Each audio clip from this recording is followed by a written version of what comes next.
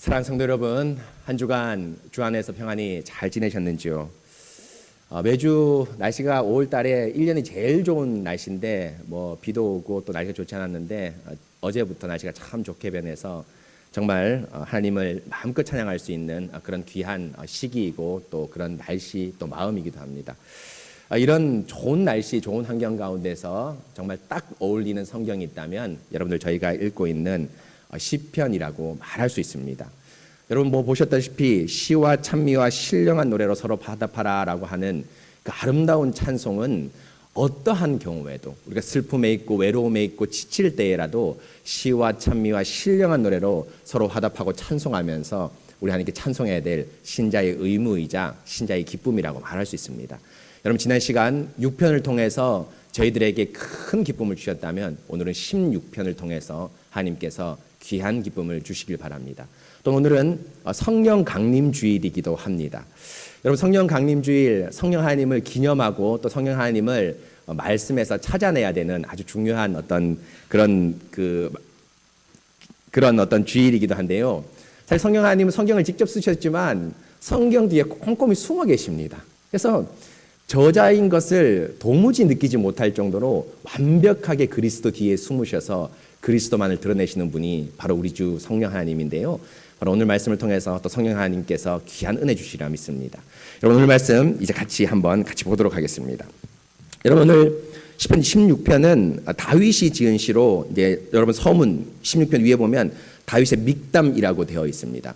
이 믹담이란 단어가 읽을 수는 있지만 이 믹담이 어떤 의미인지는 도무지 추측할 수가 없습니다. 믹담이라는 단어가 있는데 그냥 우리가 ABC 할 때 ABC는 읽을 수 있지 않습니까? 그런데 이것이 어떤 의미인지를 파악해야 되는데 이 믹담이란 단어가 있지만 이 단어는 전혀 파악할 수 없는 그런 단어입니다. 그래서 학자들이 아마 장단이지 않겠냐, 국거리 장단 이런 장단처럼 장단이지 않겠냐 추측을 하지만 여전히 베일에 쌓여 있는 잘 모르는 단어입니다. 그런데 한 가지 알 수 있는 것은 바로 이 저자가 누구라는 걸 알 수 있습니까? 다윗이라는 것이 시편 16편의 저자라는 것은 저희가 명확히 알 수 있습니다. 바로 이 다윗이 오늘 시편 16편을 기록했는데요. 1절에 아주 급박하고 아주 심각하게 우리 하나님께 기도하고 있습니다. 어떻게 기도합니까? 하나님이여 나를 지켜주소서 내가 주께 피하나이다 라고 하나님께 기도하고 있습니다. 곧 하나님께 지금 급박한 상황이 도래했는데 자기를 지켜주고 또 하나님께서 자기를 지켜주기 위해서 그러니까 내가 그 위험과 환난에서 지킴을 받기 위해서 주님께 피하였다라고 급박한 상황을 시인이 지금 기도로서 또 간구로서 하나님께 말씀하고 있습니다. 그럼 여러분 다윗이 어떤 급박한 상황이 있을까요? 오늘 시편 16편에 그런 급박한 상황이 아주 잘 표시가 되어 있습니다. 여러분 4절 보실까요? 4절 보시면 다른 신들에게 예물을 드린 자는 괴로움을 더할 것이라. 나는 그들이 드리는 피의 전제를 드리지 아니하며 내 입술로 그들의 이름도 부르지 아니하리로다 하면서 우상 숭배의 현장에 시인이 강요받고 조롱받는 그 현장에 바로 시인이 있는 것입니다. 바로 다른 신들에게 예물을 드리는 자가 시인을 뭐라 합니까? 너도 나와 함께 다른 신에게 예물을 드리고 그 신의 이름을 부르고 우상 숭배를 하자라고 다윗을 유혹하고 있습니다. 그런데 여러분 이 4절에 다른 신에게 예물을 드리는 이 급박한 상황은 다윗이 말 그대로 불신자의 세계, 안 믿는 자의 세계에서 강요당하는 게 아닙니다. 우리로 치면 저기 불도들이 우리 옆집 아저씨가 어떤 우상을 섬기는데 그것을 강요하는 것이 아니라 다른 신들에게 예물을 드리는 자는 거의 100% 이스라엘 안에 교회의 성도 중에 혼합주의 신앙을 가진 자들을 말하고 있습니다. 곧 하나님도 믿고 뭡니까? 자기들이 믿는 다른 신을 믿으면서 다윗에게 뭐 그렇게 하나님을 열심히 의지하느냐, 뭐 그렇게 하나님만 따르냐, 적당하게 하나님도 믿고 다른 신도 다른 것도 믿자라고 얘기를 합니다. 고대 사람들은 여러분 신들이 자기를 지켜준다고 믿었습니다. 오늘 1절에도 보면 그런 뉘앙스가 나오죠. 물론 이게 정확하게 우리 하나님은 정말 바르고 정직하게 지켜주는 거지만 이 이방 신은 불신자들이 믿는 신은 지켜주지도 못하는데 그런 사상이 있었습니다. 그런데 그런 사상에서 어떤 한 신이 전능하지 않습니다. 한 신이 모든 걸 지키지 않기 때문에 예를 들면 어떤 부분에서 어떤 신, 어떤 부분에서 어떤 신, 이런 거 있지 않습니까? 우리 뭡니까? 저기 바다는 누가 지킵니까? 우리 신앙이란다. 우리 한국에 의하면 뭡니까? 바다에는 용왕이 지키고 또 출산을 위해서 누가 지킵니까? 삼신 할머니가 지키고. 그렇지 않죠? 그렇죠? 그 다음에 또 뭐 저승이 있고 염라대왕이 있고 뭐 옥황상제가 있고 뭐 이렇지 않습니까? 그런 것처럼 많은 신들을 섬기자라고 얘기를 합니다. 혼합주의 신앙, 하나님만 믿지 말고 나도 다른 신을 믿고 있는데 이게 우리에게 복주는 하나의 열쇠다. 다윗아, 너도 이런 혼합주의 신앙을 가지면서 적당히 하나님을 믿어라라고 유혹을 하고 있습니다. 바로 다윗이 이런 상황에 처한 거죠. 또 심지어 여러분, 다윗이 이 더 급박한 상황이라고 말할 수 있는 것이 오늘 16장 4절에 보면 피의 전제라고 나옵니다. 이 피의 전제가 여러분, 우리 이스라엘에 있는 구약의 제사도 피를 붓거나 피를 뿌리는 제사, 피의 전제가 있습니다. 전제가 이제 뿌리는 제사, 붓는 제사를 말하는데요.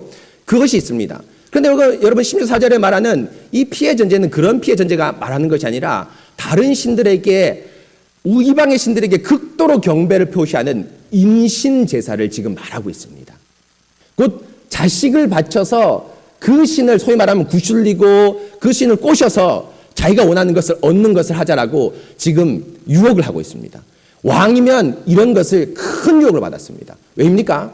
여러분, 왕이 된다는 것은 어떻게 하든지 외국과의 관계를 맺게 되어 있습니다. 여러분 맞지 않습니까? 지금 문재인 대통령이 지금 미국 가서 그 바이든 미국 대통령을 만났는데 어떻게든 미국과 일본, 중국과 또 예를 들면 여러 나라와 관계를 맺을 수밖에 없습니다. 근데 그 관계를 맺을 때 지금은 뭐 외교술로 하거나 뭐 우리가 뭐 줄게 너희가 뭐 달라 뭐 이런 어떤 거래로 하지만 예전에는 뭡니까? 두 가지인데 결혼하고 우상이었습니다. 저기하고 관계를 맺으려면 내 딸을 주든지 그쪽 사람을 데려오든지 하면서 교훈을 시키는 겁니다. 또 하나가 뭐가 있을까요? 바로 뭡니까? 강대국의 우상을 수입해와서 우상을 섬기는 겁니다. 이것이 단순하게 신앙의 열렬히 불탄다라고 말하는 것이 아니라 뭘 얘기합니까? 내가 그 신을, 그 강대국을 따르고 순종한다 이런 뜻입니다. 가장 대표적으로 했던 사람이 누굽니까? 여러분 잘 아시는 므낫세라는 사람입니다. 므낫세라는 사람이 우상 숭배에 아주 열심히 있던 사람입니다. 심지어는 여러분 열왕기하 21장에 보면 오늘 16장 4절에 나온 대로 자신의 아들을 어디로 지나가게 했다? 불로 지나가게 했다면서 인신제사를 드립니다. 근데 므낫세가 인신제사를 드리는 이유가 뭡니까? 말 그대로 그모스, 그 암몬의 신인 그모스를 너무너무 사랑했을까요? 아닙니다. 신앙심을 불태웠을까요? 아닙니다. 바로 뭡니까? 강대국 암몬에게 내가 이렇게 너희의 충성스러운 신하다, 우리를 도와달라라는 어떤 표시로서 우상숭배를 한 겁니다. 그래서 므낫세가 여러분 잘 아시지만 남유다 북이스라엘 통틀어서 가장 오래 기간 동안 통치를 했습니다. 몇 년입니까 여러분? 55년입니다. 한 왕이 55년 동안. 여러분 지금 우리 대통령이 5년이죠. 국회의원 4년 정도 되는데 5년도 통치해 보십시오. 여러분 이게 얼마나 어렵습니까? 다윗이 40년 통치했는데요. 다윗의 통치가 그렇게 선왕인데도 말 그대로 순순하게 유유정력 잘 고요하게 통치했습니까? 아닙니다. 압살롬의 쿠데타 있었고요. 아도니아의 쿠데타 있었고요. 세바의 반란이 있었고요. 뭐 말할 수 없습니다.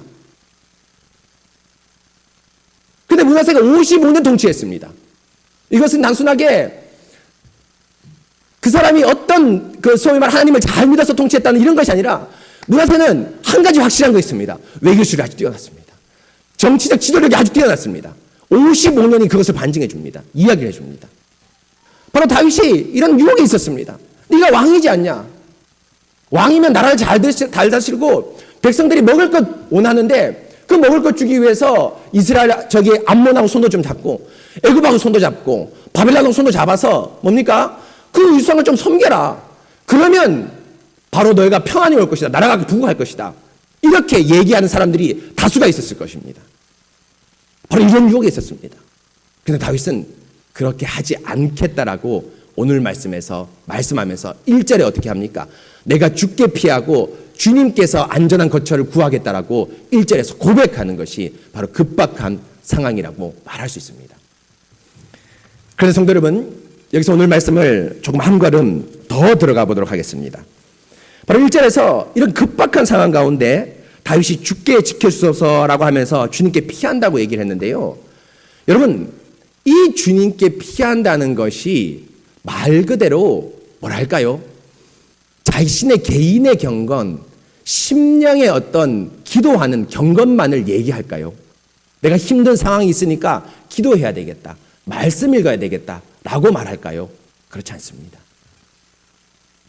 오늘 여러분 시편 1절부터 16편 1절부터 11절까지 명확하게 읽어보신 분들은 죽게 피하나이다가 그냥 감각적으로 문학적으로 그냥 상징적으로 내가 기도하면서 이 어려움을 이겨내겠습니다 라고 말하는 것이 아니라 실제로 다윗이 어떤 특정한 장소로 피한 것을 말씀하고 있습니다. 여러분 오늘 말씀 6절을 볼까요? 6절을 보십시오. 6절에 보시면 다시 쭉 기도를 올리다가 6절에 이렇게 기도합니다. 내게 줄로 재어준 구역은 아름다운 곳에 있으며 나의 기업이 실로 아름답다라고 말씀하고 있습니다. 여러분 기도를 하다가 갑자기 6절에 5절도 마찬가지인데 5절 6절에 특별히 6절에 특정한 지역을 얘기하고 있습니다. 어떤 구역이 있는데 이 구역은 어떤 구역이다? 하나님께서 내게 줄로 쫙 띠를 떼어줘서 여러분 알지 않습니까? 측량 기술 같은 이런 줄로 쫙 떼어줘서 쫙 재서 나한테 준 구역이라고 얘기합니다. 그러면서 그 구역을 16절 후반부에 나의 기업이 하면서 줄로 재준 구역이 나의 기업, 유산, 목입니다. 어떤 특별히 손에 잡히는 겁니다. 이 기업이 실로 아름답다라고 얘기했는데 아름답다라는 표현이 여러분 좋다, 좋은 땅이라고 얘기합니다. 하나님께서 나에게 주신 그 줄로 재준 구역이 있는데 그게 참 좋은 땅이다. 토지가 비옥한 곳이다 라고 말하는 겁니다. 그 다윗은 지금 내가 주님께 피하는데 그냥 기도하면서 또 묵상하면서 성경 읽으면서 이렇게 피하는 것을 얘기 아니라 어떤 특정한 장소로 지금 피하는 것을 오늘 말씀 전체에서 말씀하고 있습니다. 그럼 여러분 다윗이 특정 장소로 피한 곳이 과연 어딜까요? 여러분 일단 16장 6절로만 추측해 본다면 다윗이 여호수아 때 분배받은 몫을 자연스럽게 떠올리지 않습니까? 여호수아가 줄로 재어서 각 지파, 각 가족별로 이 땅을 분배해 줬거든요. 이걸 생각해 보면 다윗이 분배받은 땅이 여러분 어디입니까? 여러분 잘 아시는 대로 어디죠? 유다 베들레헴입니다. 다윗이 유다 베들레헴, 곧 사실은 뭐 보면 다윗이 분배받았다고 하지 않고 이새가 분배받은 땅이거든요. 그래서 베들레헴 앞에 성경을 읽다 보면 유다 베들레헴, 유다 지파에게 분배받았고 또 여러분 뒤에 보면 나중에 사무엘이 여러분 뭡니까? 다윗에게 기름 부으러 갈 때 하나님께서 어떻게 합니까? 베들레헴 사람 이새에게 가라 이렇게 합니다. 이새가 어디를 분배받았습니까? 베들레헴을 분배받았습니다. 그러니까 곧 다윗이 베들레헴을 이제 분배받은 거나 마찬가지입니다. 곧 다윗이 베들레헴으로 분배받은 걸 얘기합니다. 또 실로 아름답다라고 얘기하는데 좋은 땅이라고 말씀드렸지 않습니까? 여러분 베들레헴 좋은 땅입니까? 좋은 땅이 아닙니까? 좋은 땅입니다. 그래서 여러분 베들레헴 원래 뜻이 뭡니까? 떡집입니다. 밥집입니다. 떡집입니다. 다른 지역은 연평균 이스라엘 강우량이 한 700에서 600mm 되는데 이 떡집은 베들레헴은 뭡니까? 1000mm가 되는 아주 비가 많이 오는 비옥한 지역에 있습니다. 우리나라 연평균 강우량이 얼마 되지 않습니까? 우리 한국이. 우리 비 많이 오는 편이거든요. 전 세계적으로. 1300mm. 1300에서 1400mm가 1년 오는 그 비의 양인데 거의 우리나라하고 맞먹는 좋은 기후가 바로 베들레헴이라는 지역입니다. 바로 이 지역으로 이제 좋은 땅인데 다윗이 바로 이런 어려움과 고난이 있을 때 이 지역으로 피했다고 말하는 것일까요? 그렇게 추측할 수도 있겠지만 본문을 조금 더 자세히 읽어보면 베들레헴을 의미하지 않습니다. 여러분 5절 보실까요? 5절 보십시오. 여호와는 나의 산업과 나의 잔의 소득이시니 나의 분깃을 지키시나이다 라고 말하고 있습니다. 여러분 이 5절의 표현 여러분 성경을 평소 자주 읽어보신 분들은 잘 알겠지만 이것은 누구한테 쓰는 표현입니까? 중요한 이디엄, 수거라고도 말할 수 있습니다. 누구한테? 여호와는 나의 산업과 나의 잔의 소득이시다. 뭐 시편에 많이 나오지만 시편을 제외하고 다른 성경, 특별히 모세오경을 딱 찾아보면 이 표현은 누구한테 하는 표현입니까? 땅을 기업으로 받지 못한 누구? 레위인에게 특별히 하는 표현입니다. 우리가 여러분 민수기 18장 20절 보면 하나님께서 레위인에게 이렇게 말합니다. 여호와께서 또 아론에게 이르시되 너는 이스라엘 자손의 땅에 기업도 없겠고 이스라엘 자손 중에 땅에 기업도 없겠고 그들 중에 아무 분깃도 없을 것이나 내가 이스라엘 자손 중에 내 분깃이요 너의 기업이다. 이거 신명기나 도처에 нал려 있습니다. 무슨 말입니까? 이 16장 5절을 볼 때 다윗이 말하는 그 땅, 피한 곳은 뭡니까? 어느 특정한 지역이 아니라 뭡니까? 뭘 얘기합니까? 마치 레위인처럼 땅은 아니라는, 그런 땅은 아니지만 어떤 특정한 지역이라는 것을 알려줍니다. 땅은 아닙니다. 그럼 여러분, 이 말이 뭘까요? 다시 또 한번 볼까요? 8절을 보십시다. 8절을 보시면 이 표현이 아주 독특한 표현인데요. 다시 이렇게 고백합니다. 내가 여호와를 항상 내 앞에 모시며 그가 나의 오른쪽에 계심으로 내가 흔들리지 아니하리로다라고 말하고 있습니다. 여러분, 이 표현 그냥 무심결에 읽으면 어떻게 합니까? 하나님이 나의 오른편에 있고 뭡니까? 내가 하나님 앞에 있으니까 기도하면서 우리 하나님께 경건하게 나가자, 이런 표현으로 읽으실 수 있지만 이걸 자세히 읽어보면 아주 낯선 표현이 나옵니다. 내가 주 앞에 있으며, 8절에 내가 여호와 앞에 항상, 내가 여호와를 항상 내 앞에 모시며, 이 표현은 아주 자주 나오는 시편에서 자주 나오는 표현입니다. 그런데 후반부에 보시면 뒷부분은 아주 낯선 표현입니다. 그가 나의 오른쪽에 계심으로 내가 흔들리지 아니하리로다. 여러분, 왜 낯섭니까? 시편에 보면 오른쪽이 많이 나옵니다. 특별히 뭡니까? 하나님의 오른손, 전능하신 오른손, 이런 표현이 많이 나옵니다. 그리고 또 하나 어떤 표현이 나오면 내가 주의 오른편에 있다, 주의 권능의 오른손으로 주의 오른편에 있는 나를 구원해 주소서, 이런 말이 많이 나옵니다. 그 오른쪽은 어떤 걸 의미하니까 최측근, 최고 사랑하는 이런 의미지 않습니까? 여러분도 오른손이 그 예를 들면 손이라고 말하는 것처럼요. 그런데 보시면 심지어 8절의 전반부 여호와를 항상 내 앞에 모시면은 자주 들리는 19구 표현이긴 한데 하지만 후반부에 나오는 표현은 낯선 표현입니다. 뭡니까? 내가 여러분 뭡니까? 하나님 오른쪽에 있어야 되는데 지금 어떻게 되어 있습니까? 하나님이 나의 오른쪽에 있습니다. 그가 나의 오른쪽에 계심으로 내가 흔들리지 아니하리로다. 보통은 하나님이 나의 오른쪽, 내가 하나님의 오른쪽에 있어야 됩니다. 하나님이 중심이고 하나님 떡하니 자리 잡고 그 최측근 하나님 제일 사랑하시는 나 시인 다윗이 오른쪽에 있고 전능하신 오른손으로 나를 구원해주고 보호해줘야 됩니다. 그런데 오늘 아주 낯설게 16절 8편에 보면 내가 중심에 있고 하나님이 어디에 있습니까? 오른쪽에 있습니다. 바로 뭡니까? 이것은 단순한 시적인 식구적인 표현이 아니라 특정한 장소를 말씀하고 있는, 하나님의 어떤 특정한 장소를 말씀하고 있는 것이 바로 다윗이 지금 말하고 있습니다. 바로 여러분, 하나님을 항상 자기 앞에 모시고 하나님이 자기 오른쪽에 있다는 것은 아주 가까이 지척에 있다는 것이거든요. 하나님이 지척에 있는 그것, 다윗의 생애에서 여러분 어디에 있겠습니까? 실제적인 곳 어디에 있겠습니까?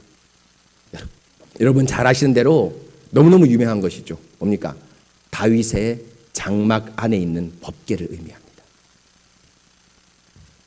그 다윗이 지금 내가 죽게로 피한다라고 얘기했는데 이 피한다는 것이 땅으로 분배받은 몫이라는 걸 얘기하는 베들레헴이나 자기 개인의 사유재산이나 어떤 땅을 얘기하는 것이 아니라 주님께서 실제적으로 내 앞에 있고 또 주님이 내 오른쪽에 아주 가까이 있는 곳이 있는데 그곳이 어디냐라고 하면 바로 뭡니까? 다윗이 법궤를 모셔둔 여러분 다윗의 장막이라고 말할 수 있습니다. 여러분 오늘 말씀 한 거 볼까요? 이 말씀 역대상 우리 인봉 형제 한번 띄워줄까요? 역대상 17장입니다. 제가 이거 까먹었네요.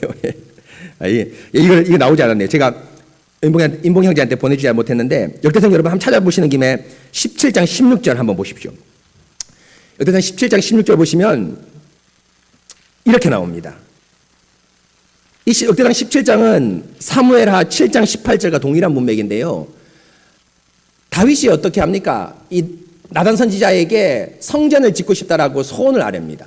그러면서 나단 선지자가 성전은 짓지 말고 그건 네 아들이 짓고 하나님께서 네 왕조를 영원히 견고하게 하겠다라고 다윗 언약을 이 역대상 17장 전반부 사무엘하 17장 전반부에서 말씀합니다. 그런데 이 말씀을 받고 다윗이 너무너무 감동이 되어서 어떻게 하는지 아십니까? 역대상 17장 16절 사무엘하 7장 18절에 이렇게 나옵니다. 다윗 왕이 여호와 앞에 들어가 앉아서 이르되 여호와 하나님이여 나는 누구이오며 내 집은 무엇이기에 나에게 이에 이르게 하셨나이까? 라고 말하고 있습니다. 여러분 무슨 말입니까? 다윗 왕이 그 기도 제목을 받고 여러분 어떻게 했습니까? 여호와 앞에 들어가 앉았다고 합니다. Go in seat라고 되어 있습니다. 안으로 들어가서 어떻게 앉았다. 여호와 앞에. 문학적 표현이 아닙니다. 상징적 표현이 아닙니다. 뭘 얘기합니까? 다윗이 법궤를 자신의 성전 안에 어떤 장막을 쳐놨습니다. 이 장막이 여러분 이사야서와 아모스 9장 11절 12절에서 뭐라고 얘기합니까? 다윗의 장막을 특정 장막으로 얘기합니다. 다윗의 장막에 법궤를 모셔둡니다. 그리고 그 법궤를 모셔두고 다윗이 어떻게 합니까? 그곳에 수시로 출입을 하면서 나가고 있습니다. 실제로 여러분 오늘 말씀에 보면 여러분 뭡니까? 16장 오늘 말씀 보면 여러분 7절에 보시면 보십시오. 나를 훈계하신 여호와를 송축할지라 이렇게 되어 있지 않습니까? 7절에 보면 밤마다 내 양심이 나를 교훈하였다 이렇게 되어 있는데요. 하나님께서 나를 훈계한 하나님을 찬양하는데 하나님께서 밤에 내 마음에 교훈하고 훈계하셨습니다. 근데 여러분 이 밤마다라고 되어 있는데 NIV 영어 성경 보면 밤마다 every night라고 되어 있는 것이 아니라 밤에 at night라고 되어 있습니다. 특정한 밤을 얘기합니다. 그런데 이 특정한 밤이 어떤 밤일까요? 제가 금방 말씀드린 대로 여러분 어떤 겁니까? 바로 나단 선지자가 다윗에게 말씀한 그날입니다. 그 성전을 아니라 내가 왕조를 짓고 성전은 네 아들이 짓다. 아들이 짓는다. 또 들어가면서 기도한 때가 바로 밤입니다. 왜냐하면 17장 3절 또 사무엘하 7장 3절에 보면 뭐가 나오는지 아십니까? 다윗을 찾아온 나단이 언제 찾았습니까? 그 밤에 나단이 다윗을 찾아왔다. 그 밤에 다윗이 나단을 찾아왔다 되어 있습니다. 무슨 말입니까?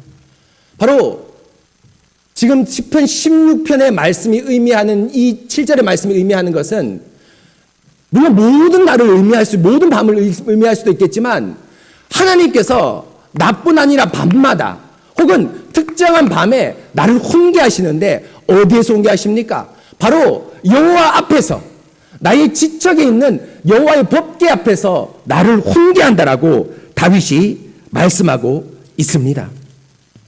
바로 무엇입니까? 다윗이 지금 엄청난 극심한 혼합주의 신앙의 유혹을 받고 있을 때 하나님을 찾아 떠났습니다. 하나님께 피하였습니다. 그런데 그 피함이 여러분 무엇입니까? 그냥 단순하게 감정적으로 기도하겠다. 감각적으로 말씀 있겠다 하고 하는 것이 아니라 무엇을 의미합니까? 특정한 장소로 피워줍니다. 내게 재어준 구역, 내게 줄로 재어준 구역. 여러분 어디입니까? 직분자가 하나님께 받은 특정한 구역. 마치 레위인이 땅은 분배받지 못했지만 자기의 몫으로 분배받은 구역이 어디입니까? 바로 뭡니까? 성전입니다. 법궤입니다. 다윗의 장막입니다. 바로 다윗은 인생에 큰 어려움이 있을 때 바로 뭡니까? 어디로 도망하였습니까? 바로 그냥 앉아서 기도하거나 사람을 찾지 않고 즉시로 주님의 법궤가 있는 자신의 장막에 법궤를 모셔둔 다윗의 장막으로 피하여서 거기서 하나님의 도움을 구하였습니다. 바로 이것입니다. 바로 이것입니다. 사랑하는 성도 여러분, 다윗이 이렇게 도움을 피하였는데 도움을 구하기 위해서 하나님께 피하고 특정한 장소로 도망갔는데 왜 도망쳤을까요? 왜 하나님께로 피했을까요? 바로 무엇입니까? 아주 중요한 얘기겠죠. 하나님께서 거기에서 다윗을 뭐합니까? 만나주시기 때문입니다. 여러분 잘 아시는 대로 인봉이 아까 그 구절 띄워볼까요? 말씀 보십시오. 다윗이 여러분 법궤를 그 다윗의 장막에 올린 이유가 있습니다. 이유가 있습니다. 여러분 원래 법궤가 어디 있었습니까? 장막에 올리기 전에. 여러분 잘 아시는 대로 법궤가 원래 처음에 여러분 뭡니까? 출애굽할 때 모세를 통해서 만들어졌지 않습니까? 그러니까 성막과 함께 쭉 법궤가 함께 움직입니다.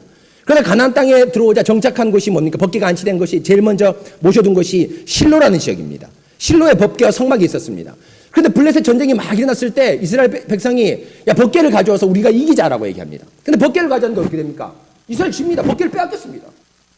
근데 법궤가 블레셋 지역을 돌아다니다가 하나님이 인재이기 때문에 그 블레셋이 이 법궤를 받아줄 수가 없습니다. 가는 곳마다 독종과 악종과 블레셋 사람을 쳐붓습니다. 그래서 법궤가 다시 이스라엘로 돌아와서 여러분 어디입니까? 기란 여아림 아비나답의 집에 20년 동안 머뭅니다. 그런데 문제는 그 20년 동안 머문 것이 그냥 갈 곳 없어서 거기에 좋은 곳이기 때문에 거기에 머문 것, 그것 아닙니다. 뭡니까? 20년 동안 머문 것이 사울의 통치를 의미하는데 거기서 법궤가 방치되었습니다. 방치되었다는 게 뭡니까? 법궤가 하나님의 말씀을 전하고 이스라엘 땅이 갈 곳을 알려주는 것인데 그 기능을 하지 못했습니다. 20년 동안. 그래서 다윗이 왕위에 오르자, 통일왕국의 왕이 되자 가장 먼저 한 일이 뭡니까? 법궤를 예루살렘으로 올리는 일입니다. 그것이 바로 사무엘 하는 나오지 않지만 역대상 13장 3절에 법궤를 올린 이유가 나옵니다. 다시 뭐라 말합니까? 우리가 우리 하나님의 궤를 우리에게로 옮겨오자. 지금 기란 여아림 아미나답의 집에서 20년 동안 법궤가 있는데 거기에 여러분 옮겨오자라고 얘기합니다. 왜입니까? 사울 때에는 우리가 궤 앞에 묻지 아니하였다고 되어 있습니다. 실제로 여러분 시편 132편 우리 인복이 한번 볼까요? 시편 132편 보십시오. 법궤가 어떻게 방치되는지 생생하게 나옵니다. 여호와여 다윗을 위하여 그의 모든 겸손을 기억하소서. 그가 여호와께 맹세하며 야곱의 전능자에게 서원하기를 내가 내 장막집에 들어가지 아니하며 내 침상에 오르지 아니하고 내 눈으로 잠들게 하지 아니하며 내 눈꺼풀로 졸지 아니하게 하기를 여호와의 처소 곧 야곱의 전능자의 성막을 발견하기까지 하리라. 잠을 자지 않겠다는 겁니다. 침상에 올라가지 않겠답니다. 왜냐합니까? 야곱의 전능자 법궤를 찾기까지는 내가 이 침상에 올라가고 식음을 전폐하겠다고 얘기합니다. 그런데 6절에 법궤를 찾았습니다. 우리가 그것을 에브라다. 이게 기란 여아림을 말하는 또 다른 말이거든요. 우리가 그것을 기란 여아림의 입담을 들었고 갔더니 어디서 찾았습니까? 나무 밑에서 찾았다고 되어 있습니다.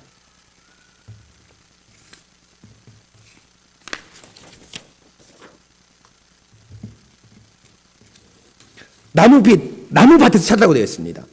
여러분 무슨 말일까요? 법궤가 집안에 여러분 잘 안치된 게 아니라 여러분 뭘 의미합니까? 이리저리 굴러다녀서 마치 여러분 천덕꾸러기 같이 대우를 받고 있는 겁니다. 이 생생한 장면을 시편 132편 6절에서 지금 포착하고 있습니다. 이게 뭘 의미합니까? 다시 역대상 13장 33절로 올라오면 법궤가 그냥 방치되었다는 것은 그냥 고운 미술품인데 그냥 뭐 먼지 있고 이런 것이 아니라 사울이 20년 통치할 기간 동안 법궤에게 묻지 않았다는 겁니다. 이 나라를 어떻게 했다는 겁니까? 자신의 뜻과 자신의 의지대로 움직였지 하나님의 말씀대로 움직이지 않았다는 겁니다. 그래서 엔돌에 신접한 여자에게 가지 않습니까? 그리고 이방의 우상에 섬기는 많은 사람들, 힘 있고 능력 있는 장수를 불러 모아서 신앙과 상관없는 자들 불러 모아서 왕국을 이끌어가지 않습니까? 다윗이 이걸 알았습니다. 내가 왕이 되었고 하나님의 전능자의 그늘 아래 찾아가야 되는데 바로 그것은 뭐냐? 바로 이런 환난과 어려움과 혼합주의 신앙이 끊임없이 유혹하는데 내가 어디로 가야 되겠냐? 단순하게 기도가 아니다. 단순하게 개인적 경건이 아니다. 바로 주의 집 여호와의 법궤 앞에 올라가자라고 말하였습니다. 그래서 궤 앞에 묻지 아니하였냐 하면서 궤 앞에 묻기 위해서 법궤를 어떻게 합니까? 기란 여아림 아비나답의 집에서 쭉 끌어올려서 다윗의 궁전에 텐트를 쳐놓고 막을 쳐놓고 거기에 법궤를 모셔두는 것이 바로 다윗입니다. 그 모셔두는 장면이 여러분 아십니까? 다윗이 막 춤추다가 바지가 벗겨지는 장면이 바로 그 장면입니다. 역대상 13장 이후에 그게 나옵니다. 그러고 나서 다윗이 어떻게 합니까? 그 법궤를 만약에 고미술품이라면 그냥 모셔두는 것만 했을 겁니다. 그런데 여러분 이 모셔두는 것의 끝이 16장인데요. 다윗이 거기서 멈추지 않죠. 다윗이 법궤를 다윗의 장막에 모시고 나서 다윗이 아삽과 그 형제를 여호와의 언약궤 앞에 있게 하며 항상 그 앞에 섬기게 하되 날마다 그 일대로 하고 오베데돔과 그의 형제 68명과 여두둔의 아들 오베데돔과 호사를 문지기로 삼아서 법궤를 지키게 하고 법궤를 제사 드리게 하고 법궤를 찬양 드리게 하면서 법궤를 24시간 풀 가동하게 했습니다. 그리고 자신이 필요할 때면 그 법궤 안에 들어가서 하나님께 묻습니다. 여러분 바로 이것이 내가 주님께 피하고 주님께 지켜주시기를 원하는 16편 1절의 다윗의 고백입니다. 바로 이입니까? 바로 하나님께서 뭐라고 말씀하셨습니까? 법궤를 만들 때 내가 너희와 거기서 만나리라. 그래서 여러분 아시는 대로 모세도 거기에서 만나는데 들어가서 뭘 합니까? 주의 말씀을 받지 않습니까? 바로 법궤는 말씀을 받는 것입니다. 이 어려운 통치기에 혼합주의 신앙이 있고 온 천지에 강대한 국이 있고 사울의 잔재들이 있어서 나라를 위협하고 적당하게 하나님 믿고 네가 백성에게 인기를 얻으려면 적당하게 통치해서 백성에게 신앙이 뭐냐? 그냥 그 입에 먹을 거 좋은 것만 넣어주면 에헤 하는 것이 백성 아니냐? 외국의 힘을 빌려라. 하나님 너무 섬기지 말고 행사 많이 하고 프로그램 많이 돌려라 하면서 다윗을 유혹합니다. 그런데 다윗이 어디로 피하였습니까? 바로 여호와 앞에 피하였습니다. 바로 이것입니다. 바로 이것이 주님께로 다윗이 피한 것입니다. 다른 어떤 것이 아니라 하나님의 말씀이 선포되는 구체적인 장소인 법궤 자리에서 나아가 말씀을 듣고 그 말씀을 따를 때 그것이 가장 좋은 피난처입니다. 법궤가 있는 곳만큼 뛰어난 피난처는 없습니다. 바로 그것에서 하나님은 다윗을 만나주시고 나라를 이끄는 말씀을 직접 다윗에게 내려주시기 때문입니다. 그렇습니다. 바로 여러분 역시도 바로 이곳으로 오신 이유가 무엇입니까? 바로 세상의 악인으로부터 우리 자신을 주님께 피하기 위해서 바로 이곳 교회에 왔습니다. 바로 하나님의 지켜주심을 바라고 동시에 주님의 인도하심을 받기 위해서 다윗처럼 이곳에 왔습니다. 세상은 오늘 시편에 이 악인들처럼 하나님도 섬기고 세상도 섬기라는 적당한 혼합주의 신앙을 우리에게 유혹하고 강요하고 있습니다. 하나님을 섬기는 것을 적극적으로 반대하고 핍박하는 사람도 우리 주위에 있지만 그렇게 많이 있지 않습니다. 그냥 어떻게 합니까? 적당히 섬겨라. 그리고 네 생활에 편의가 가지 손해가 되지 않을 만큼 적당히 섬겨라는 사람이 훨씬 많습니다. 뭐 그렇게 아침 일찍부터 교회를 챙기며 주일 예배를 드리러 가느냐? 뭐 그렇게 하루 종일 교회에 있으면서 예배 드리는 것을 중요하게 여기느냐? 그렇게 예배 드리면 1년에 여행도 한번 못 가겠냐 하면서 우리를 비아냥거립니다. 주일에 좋은 알바 있으니 주일만 뺀다면 주일날 출근한다면 더 좋은 돈을 주겠다라고 우리를 유혹하고 있습니다. 자녀를 그렇게 교회에 열심히 출석시켜서 자녀에게 좋은 대학 가고 이 어려운 세상에 자녀가 똑똑한 직장인 사회인으로서 살아갈 수 있겠느냐라고 우리를 유혹하고 있습니다. 직장에서 성실하고 정직하게 일하는 우리에게 뭐 그렇게 깐깐하게 일하냐? 대충 넘어가자. 원래부터 그거 해왔던 것이다 라고 하면서 여러분들을 유혹하고 있는 것이 세상의 유혹입니다. 사랑하는 성도 여러분, 이런 유혹이 있을 때 어떻게 해야 될까요? 기도해야 될까요? 물론 기도해야 됩니다. 그러나 여러분, 그 기도의 원천인 말씀을 받는 교회에 나오지 않는다면 그 기도도 사그라들 때가 있을 것입니다. 여러분, 우리는 연약합니다. 우리는 너무너무 연약하기 때문에 바로 여러분, 이 교회에 일주일에 한 번 성실하게 나오지 않는 이상은 여러분 뭡니까? 우리가 우리의 믿음을 지키는 것은 불가능합니다. 여러분, 지난번 요한 1서 설교 기억나지 않습니까? 형제를 사랑하기 위해서 우리의 시간과 재정을 내어놓고 마치 우리 몸처럼 사랑하라는 것이 요한 1서의 주요 메시지 가운데 하나였습니다. 그런데 여러분이 과연 형제를 사랑할 수 있습니까? 여러분들이 형제를 위해서 시간과 재정을 내어놓을 수 있습니까? 여러분, 그건 못합니다. 이건 불가능입니다. 왜입니까? 처음부터 우리는 어떻게 태어난 사람입니까? 자기 사랑을 위해서 태어난 사람입니다. 나를 사랑하고 내 가족을 사랑하고 내 입에 먹을 것을 원하는 사람이지 남의 입에 들어가는 것, 남의 신앙, 남의 경건을 챙겨주는 사람이 아니기 때문입니다. 그럼 어떻게 우리가 남을 섬기고 남을 봉사하고 지난주에 말한 대로 악인들아 모두 물러가라. 주일 예배를 방해하는 모든 것들아, 심지어 압살롬아 물러가라, 내 자식아 물러가라까지 할 수 있었던 이유는 뭡니까? 바로 여러분이 이곳에서 하나님을 생생하게 말씀 가운데 만나기 때문입니다. 이 만남, 이 힘이 없다면 여러분들 금방 꼬꾸라질 겁니다. 금방 넘어질 겁니다. 기도가 끊이지 않을 것입니다. TV와 주위의 이웃 목소리가 더 크게 들릴 것입니다. 바로 다윗이 개인적 경건을 말하는 것이 아니라 바로 주님 안에 그 처소를 취하고 법계 내게 줄로 재어준 구역, 바로 직분자가 되면서 왕이 되면서 다윗의 장막 안에 수시로 들어가서 거기서 하나님의 뜻을 묻는 그것으로 내가 달려가겠다고 말합니다. 그래서 여러분, 시편에 보면 다윗이 쓴 가운데 내가 전능자의 그늘 아래 있겠다, 내가 주의 날개 아래 있겠다, 지난주에 말씀드린 것처럼 거의 뭘 얘기합니까? 추상적인 개념이 아닙니다. 바로 주의 지성소에 있는 날개 그늘 아래, 또 그 날개가 펼쳐지는 그늘 아래를 얘기하고 있습니다. 바로 여러분, 이것이 우리의 살 것입니다. 구체적으로 우리의 손에 잡히는 방법입니다. 실제로 하나님이 오늘 다윗에게 피한다고 말씀하셨지 않습니까? 그런데 피하는데, 여러분 오늘 말씀 읽어보신 분들은 아시겠지만 하나님께서 피한 다윗에게 말씀 주십니다. 어떤 말씀일까요? 볼까요? 실제로 보면 나를 훈계하신 여호와를 송축할지라, 밤마다 내 양심이 나를 구원했다면서 하나님께서 나를 훈계했다고, 하나님께서 양심을 통해서 말씀하셨다고 교훈했다고 말합니다.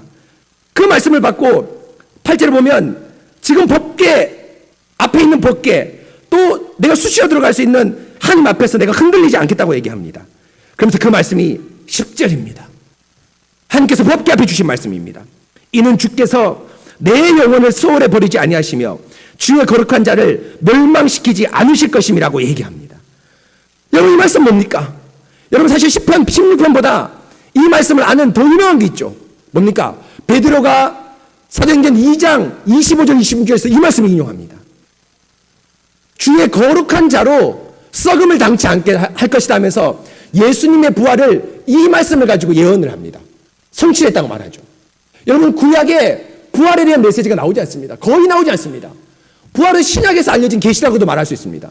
그런데 몇몇 성도들이 부활에 대한 계시를 받았거든요. 새벽 경건에 여러분 묵상하고 있지만, 새벽 기도에 묵상하고 있지만 욥기가 뭡니까? 육체 밖에서 내가 주를 보리라. 부활에 대한 메시지입니다. 몇 안 되는 구절입니다. 그 중에 또 하나 구조가 16절 10절입니다. 뭐라고 합니까? 주의 거룩한 자를 멸망시키지 않을 것이다.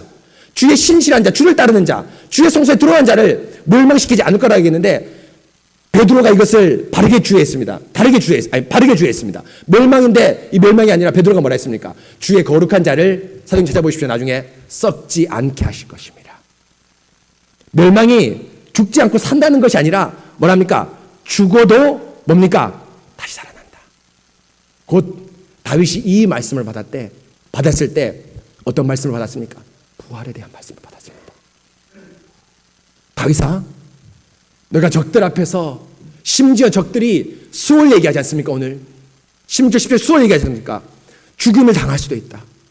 저격수가 멀리서 화살을 쏴서, 총은 없었지만 화살을 쏴서 너가 행차할 때 땅 하고 너의 심장을 뚫을 수도 있을 것이다. 그러나 죽지만 너는 썩음을 당하지 않을 것이다. 너가 멸망을 당하지 않을 것이라는 말씀을 주의 성소 법궤 앞에서 다윗이 말씀을 받았습니다. 바로 뭡니까? 다윗이 이 부활의 말씀으로 피난처를 삼았습니다. 하나님, 제가 나라를 사울의 그 우상 숭배와 사울의 혼합주의 신앙에서 바르게 개혁하겠는데 얼마나 사울의 잔존 세력이 많겠습니까? 얼마나 자신을 방해한 세력이 많겠습니까? 세바가 그랬지 않습니까?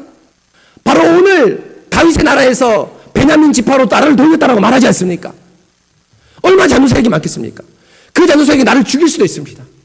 그러나 하나님, 죽지만 다시 사는 이 말씀을 주셨으니 제가 이 말씀을 피난처 삼아서 하나님의 교회를 개혁하겠습니다. 교회를 새롭게 세우겠습니다. 주의 나라를 새롭게 세우겠습니다 하면서 피난처로 다윗이 삼았습니다. 바로 이것이 우리가 예배에 와야 될 중요한 이유입니다. 여러분, 예배에 오는 이유가 뭡니까? 이 예배당이 피난처입니까? 아닙니다. 제가 여러분 교회로 오시라, 교회로 모인다라고 얘기할 때 예배당을 얘기하는 것이 아니라 모인 우리를 얘기합니다. 바로 이 모인 우리가 교회입니다. 그래서 몇 년 전에 SF 수련할 때 수련의 제목 가운데 한 가지가 뭐였지 아십니까? 우리가 교회입니다. 왜냐하면 이 건물을 하도 교회라고 하니까 수련할 때 한 주제가 우리가 교회입니다. 우리가 교회입니다. 바로 여러분에게 피난처 주십니다. 교회인 여러분에게 피난처 주십니다. 어떤 말씀 주십니까? 여러분 말씀 두 가지입니다. 하나님이 어떤 분이신가? 우리 하나님 전능하고 능력 있고 약속을 지키시는 신실한 분이시다. 이거죠. 또 하나 뭡니까? 아주 놀라운 것인데요. 약속을 주십니다. 이게 말씀입니다. 약속을 주십니다. 이 전능한 분이 이 약속을 반드시 이룬다. 이 신실한 분이 약속을 반드시 이룬다. 그렇기 때문에 이 약속의 말씀 안에 너희가 말아 피난처 삼으라. 이 약속의 말씀 안에 너희가 피난처 삼으라는 것이 바로 우리가 삼는 피난처입니다. 다윗이 어떤 피난처를 삼았습니까? 죽지만 산다. 죽지 않는다. 너는 영생을 가졌다. 바로 수월이 아니라 너는 죽지만 주님과 함께 다시 사는 부활의 신앙, 부활을 가질 것이라는 약속의 말씀을 주셨고, 다윗이 그 약속의 말씀 안에 피난처를 찾았습니다. 사랑하는 성도 여러분, 여러분이 이곳 예배에 오셔야 되는 아주 중요한 이유가 뭡니까? 바로 말씀을 통해서 주님의 피난처를 찾기 위해서입니다. 여러분, 주님의 약속을 받기 위해서입니다. 부활, 천국이 있다. 예수님과 함께 다시 산다. 여러분, 교회에 오지 않으면 듣지 못하는 말씀입니다. 이걸 계시라고 얘기합니다. 공부하고 똑똑한 사람이 알지 못하는 겁니다. 세상에 어떤 사람도 하나님의 말씀을 듣지 않으면 천국이 있고 예수님이 우리의 죄를 대속해 주셨고 예수님께서 우리의 모든 길을 내주신다는 것을 어떤 사람도 알지 못합니다. 주님의 뜻대로 성도의 교제를 위해서 기도하는 자는 하나님께서 반드시 들어주신다는 약속의 말씀을 들었지 않습니까? 그렇기 때문에 우리가 어려운 상황이 있더라도 주님께 기도하면서 간구하면서 성도의 교제를 위해서 우리의 신앙을 위해서 기도할 때 그것을 반드시 이루어진다는 약속을 갖고 우리는 그 피난처 안에서 세상을 두려워하지 않고 하나님을 두려워하면서 기도합니다. 바로 이것이 여러분 우리의 피난처입니다.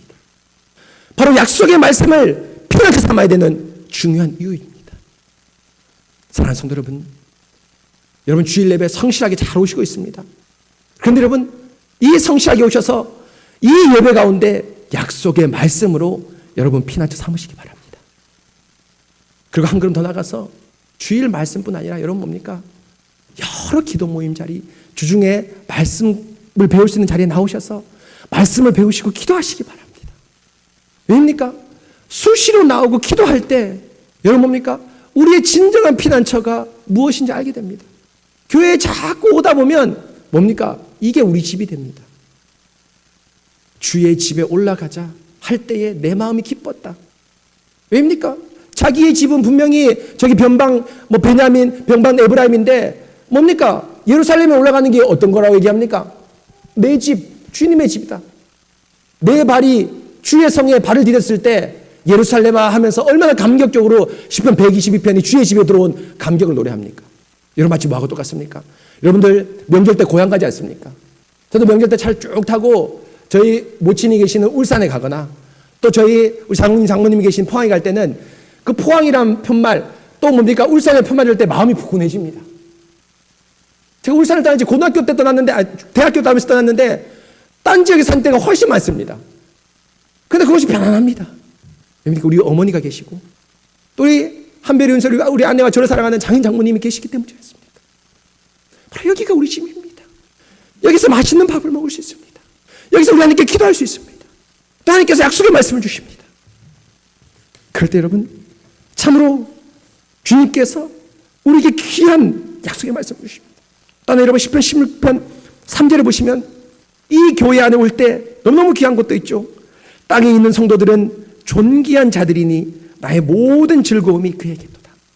여러분 교회에 오면 또 맛있는 밥을 먹을 뿐 아니라 누구를 만납니까? 성도들을 만납니다. 존귀한 자라고 얘기했습니다. 여러분 그러니까 excellent ones, noble ones, 귀족이다. 여러분들 성도들이 귀족입니다. 그리고 나의 모든 즐거움이 그에게 있습니다. 성도들에게 있습니다. 얼굴만 봐도 기쁘고 여러분 손만 잡아도 눈빛 마주도 기쁘지 않습니까? 여러분 왜입니까? 주님 때문에 같이 고난받고 주님의 도우심을 바라는 성도들이 내 혼자 있는 것만이 아니라 함께 이렇게 많이 있기 때문입니다. 바로 이것이 주의 성전, 주의 법궤 앞에 올라야 될 중요한 이유입니다.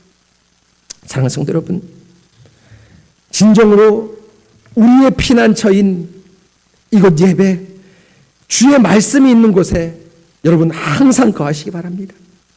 바로 성령 하나님께서도 바로 이 교회를 방편 삼아 우리에게 피난처를 제공하십니다. 나는 성령을 믿으며 거룩한 공교회와 성도의 교제화라고 되어 있죠. 성령께서 어디 활동하십니까? 교회 안에 활동하시고 성령의 모임, 성도의 모임, 성도의 교제 가운데 활동한다고 사도신경의 3번째 파트에서 고백하고 있습니다. 바로 여러분 성령 강림주일, 성령을 신실하게 따르는 것은 예배에서 말씀을 주시는 성령님을 따르고 그 성령님을 의지하는 것이 바로 성령 강림주일, 성령을 따르고 순종하는 길입니다. 사랑하는 성도 여러분, 진정으로 주님으로만 피난처 삼으시는 여러분 되시기 바랍니다. 우리 여러분들이 기도하고 개인적인 자리에서 기도하고 말씀을 묵상해야 됩니다. 그런데 여러분 분명한 한계가 있습니다. 우리 연약함이 있습니다. 우리의 죄가 있습니다. 악한 사탄마귀가 얼마나 강한지 모릅니다. 그럴 때 여러분 그 자리에서 능히 떨쳐 일어나셔서 여러분 곧장 이곳으로 달려와서 다윗처럼 이곳에 앉아서 주의 말씀을 만나고 기도하는 여러분 되시기 바랍니다. 마지막으로 여러분 우리 화장실 앞에 적혀있는 시편 52편 8절 보십시오. 그러나 나는 하나님의 집에 있는 푸른 감람나무 같음이여 하나님의 인자하심을 영원히 의지하리로다고 되어 있습니다. 여러분 하나님의 집 성전인데요, 그 성전 앞에 실제로 감람나무가 없습니다. 성전 앞에 아무리 눈 씻고 찾아봐도 그 성전 안에 어떤 식물이 심겨졌다는 성경 구절이 하나도 나오지 않습니다. 그런데 시인이 주의 집에 있는 감람나무, 푸른 감람나무라 얘기합니다. 여러분 뭡니까? 내가 주의 성전에 뿌리 내리겠다. 주의 말씀에 뿌리 내리겠다는 말입니다. 사랑하는 성도 여러분 새순교회의 감람나무가 되십시오. 이 주의 말씀에 푸른 감람나무가 되십시오. 그래서 여러분 철을 따라 열매를 맺는 주의 율법을 주야로 교회와 함께 묵상하면서 악인들의 모임에 들지 아니하고 의인들의 회중에 들면서 기뻐하는 우리 새순교회 모든 성도 여러분 되시기 바랍니다. 여러분 함께 같이 기도하도록 하겠습니다.